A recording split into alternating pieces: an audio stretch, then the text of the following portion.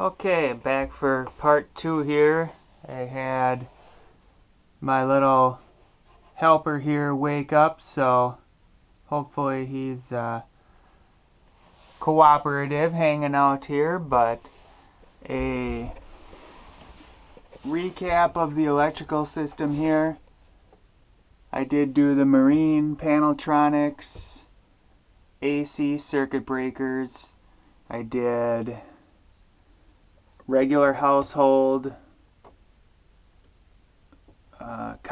solid copper wiring for all the AC circuits, which worked pretty well. It's a little harder to work with than stranded wire, but ultimately it is more ideal for current transfer as long as you get it secured properly where it's not going to vibrate around very much. You won't have any issues with wire breaking. I did leave space here for a third battery if we choose to. Each one of these is 110 amp hours, so we got 220. Our starting batteries are 300. I put in 2 shut-off switches here which allow me to manually connect these 2 with the 3 engine batteries, so obviously if these are dead and we need a little bit more juice, we got another 300 amp hours up front. Of course you have to be careful with that to not run out of starting power. There are automatic switches that do the same thing. I just prefer to do things manually so I know exactly what's going on at any time.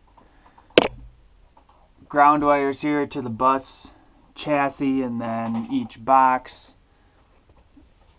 This is our other 12 volt board. I did it in 2 different areas just for ease of wiring. Mainly this white jacketed stranded wire here runs over to the fuse panel that is underneath the sink. So I currently have 6 loads run off this side and then running over to the other side where we have 4 loads. So plenty of room there for any future additions. As far as the inverter goes, which like I said the plan was to mount right here, cut a hole in the back there for venting. We have had this bus on 6 trips so far and have not had any need for an inverter. So I'm not even sure at this point if we're going to do that. It would be kind of nice if we do a off-the-grid type camping situation. We're mostly going to racetracks, so we've not had an issue where we couldn't plug in or run the generator. This is just storage. One of my furnace vents comes out here and blows up front, of course. Drawers are all storage. We have another pull-out drawer here that's nice for some extra storage. And of course the furnace underneath here. This is a 30,000 BTU suburban RV furnace. More than adequate for, it's propane, more than adequate for our space. It's about perfect actually. 3 outlet vents. One comes out the door here with some fire blocking sealing tape here. That blows into the bathroom, the hallway, and then the third one blows out into the bathroom. All of these cabinets, by the way, are store-bought. So we kind of designed the space around them to some degree, but I contemplated building the cabinets myself. I just wanted to save some time somewhere. Back over here, thermostat for the furnace, controls for our AC unit, which also has a heat pump, battery monitor. This is a control for our battery operated lights. So the lights that are on now around the perimeter are the factory bus lighting switched over to LEDs. Those run off the motor batteries. And then we also did these battery operated lights in the ceiling all the way front to back for two reasons. There was holes. This is the original bus roof cleaned up. There was holes in the roof here where the original grab bars were run. So we had to cover those holes up with something. I couldn't run wires through the ceiling because there's structural beams where those bars were mounted. So these are battery operated, surface mounted. Found them on Amazon. They're really nice. You can change colors, do whatever you want with them. And of course it gives us zone lighting. So these perimeter lightings are switched from up front, so we can turn those off at night and just turn the lights on in the bedroom or whatever we want there. This bulkhead here was built to, it houses wiring. I've got wires that run across through here. It's 6 feet high, so I just clear underneath of it. I chose to do that rather than running wires underneath the bus exposed to the elements or through the floor somehow. We only did a 1/2 inch of insulation in the floor, which took up the distance between the metal track that was in the floor. The foam basically filled in around that, and then we did a 1/2 inch OSB plywood, which gave us a nice smooth surface to start building off of. The bathroom walls are framed out with 2x4s, just for, I had 2x4s for one, and ease of use. It's standard dimensional lumber for doing things like, you know, door frames. This is a store-bought door frame, 28 inches wide. I had to cut about 6 inches off the bottom of the door to make it fit because it's not as high. We used an acrylic mirror here, so that is shatter-proof and works pretty good. Same cabinet again, or same shelf here again that I used on the fridge. A couple of hooks. We did the Nature's Head composting toilet, which we're very happy with so far. This window does open up, and we got some props that we can put in there to hold it open. A few of the windows do, so we can get a nice cross breeze. This is, I think, I forget the name brand of this fan. Came from E-Trailer. It was the only thing I could find that would fit within the space we needed. There's a structural beam here that I didn't want to cut, and then the corner of the roof here. So the flat space I had to work with was very limited. The fan is not great, but it does move some air. It has a nice light built in. It again was about all we had to work with. This is a standard residential 32 by 32 shower cell bought at Menards. This shower rod I bought online. I had to cut down each bar in order to make it fit the space, but it's pretty nice. Gives you an extra 6 inches or so when you're in the shower there. And then of course you can fold it in. I used like a PVC type board, plastic board basically, for the shower surround there. Caulked it all in, so that's 100% waterproof. Drain goes down there to the other side of our gray water tank. Pretty simple. I kept all the plumbing right there in that wall, in that cabinet, so I didn't have to run plumbing throughout the bus. We've got a secondary 12-volt fan in the bedroom here, a propane alarm down on the bottom there, carbon monoxide fire alarm on this side. We've got 3 outlets in here, one on each side of the bed, one down here on the floor with a night light in it.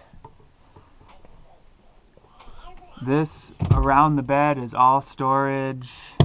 Up above, underneath here is where we do have our laundry. So we got these little pull-out hamper things, which works really nice to keep our dirty laundry out of the way.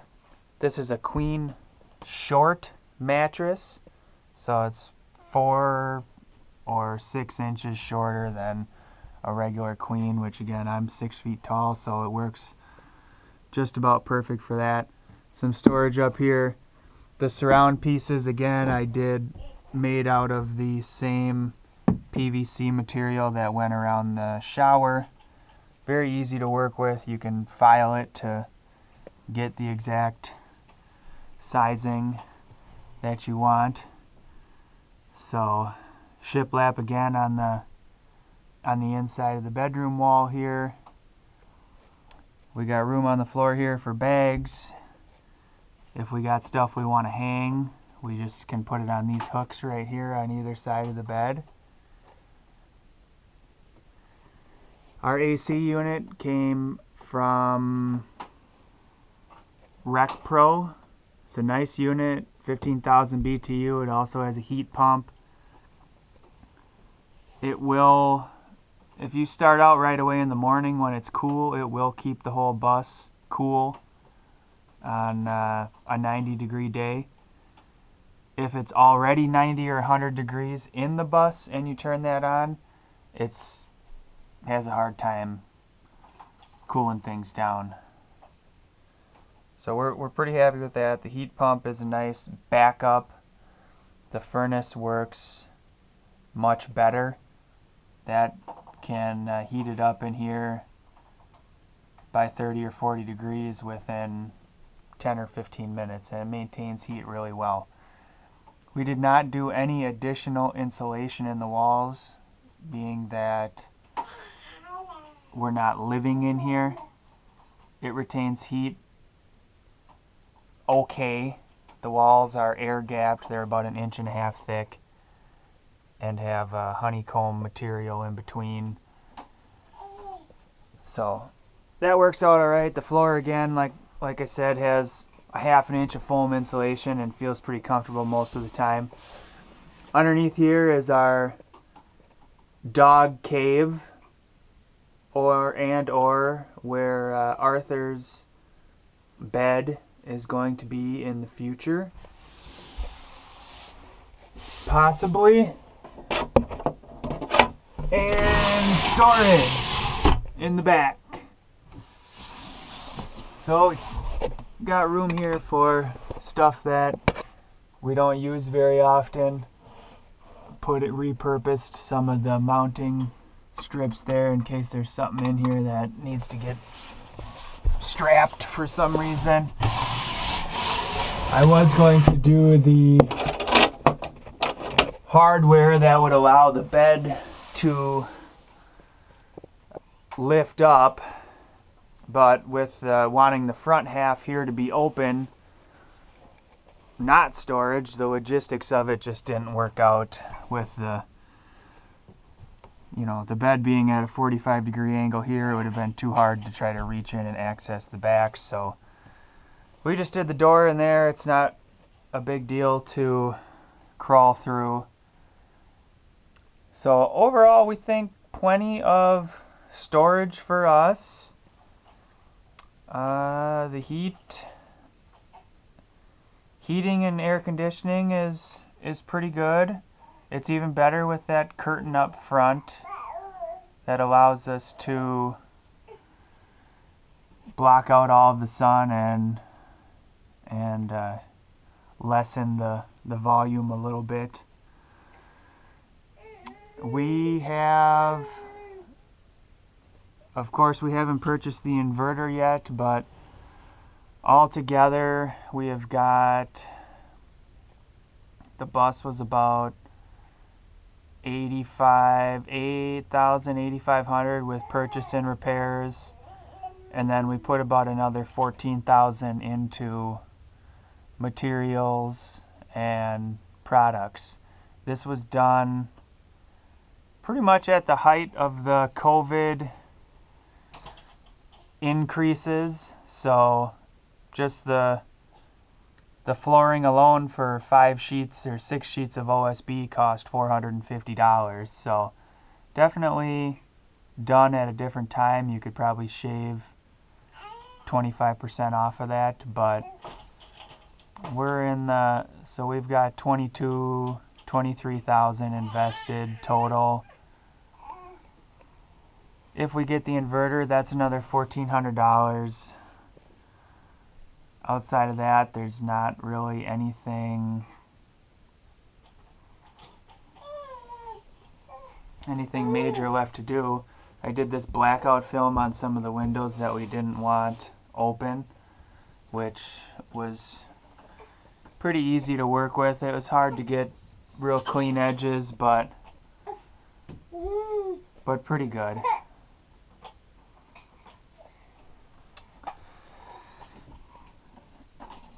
So that's our bus.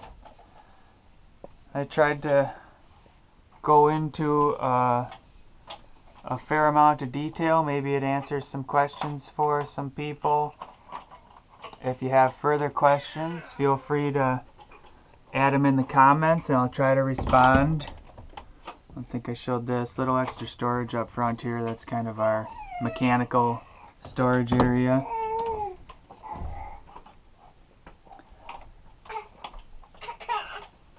Alright, that's it.